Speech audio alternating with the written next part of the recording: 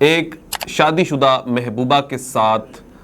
جو کہ وہ ملنے نہ آئی تو لڑکے نے ایک نجی ہوٹل میں اپنی جان دے دی۔ آخر یہ پورا واقعہ ہے کیا؟ لاہور میں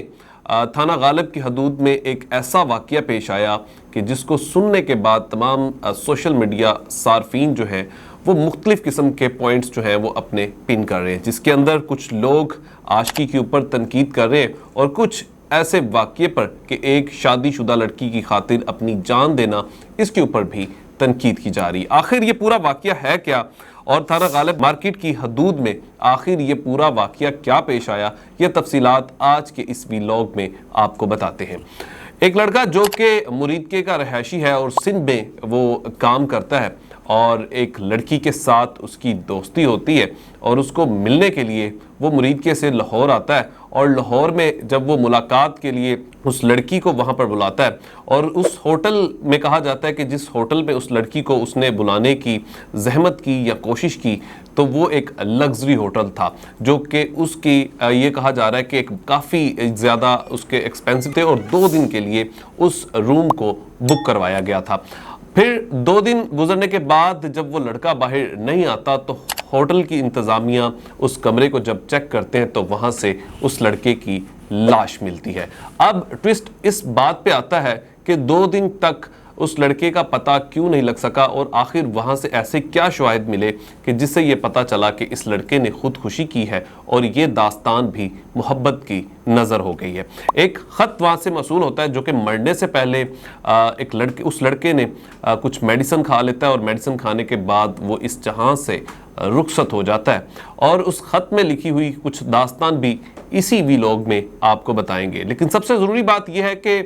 مرنے سے پہلے اس نے جو خط لکھا اور اس کے اندر وہ تمام تفصیلات لکھی جو اس وقت وہ خط جو ہے وہ مبینہ طور پر اطلاعات کے مطابق، ذرائع کے مطابق کہ وہ پولیس کے پاس ہے اور مبینہ طور پر اطلاعات کے مطابق کہ وہ لڑکے نے خودکشی سے پہلے اس خط کو لکھا۔ آخر اس خط میں تھا کیا؟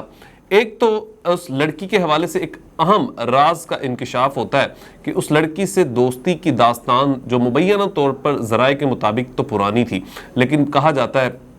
کہ اس لڑکے کی جانب سے یک طرفہ محبت اور شادی کی بات اس کے اندر ذکر کیا گیا ہے۔ اگر تو ایسی چیزیں جو ذرائع کے مطابق ہیں تو کافی افسوسناک بات ہے کہ اپنی جان آخر کیوں لی۔ لیکن کہا جاتا ہے کہ اس خط میں لکھی ہوئی کچھ جو چیزیں ہیں اس سے یہ لگتا ہے کہ شادی کرنا چاہتا تھا جو مرنے والا وہ لڑکا ہے خودکشی کرنے والا، لیکن لڑکی کی جانب سے اس طریقے کا رسپانس نہ آیا تو لڑکے نے اس مہنگے اور نجی ہوٹل میں اپنی جان دے دی۔ اب جب لاش ملی اور اہل خانہ کو اطلاع دی گئی تو پتہ چلا کہ گھر والے اس کے اوپر کوئی کسی قسم کی کارروائی نہیں کروانا چاہتے۔ آخر وہ کارروائی کیوں نہیں کروانا چاہتے یہ ایک بحث تو الگ ہے، لیکن پولیس نے اس کا پوسٹ مارٹم کروانے کے بعد لاش ان کے اہل خانہ کے حوالے کر دی جائے گی۔ اب تک کی اطلاعات کے مطابق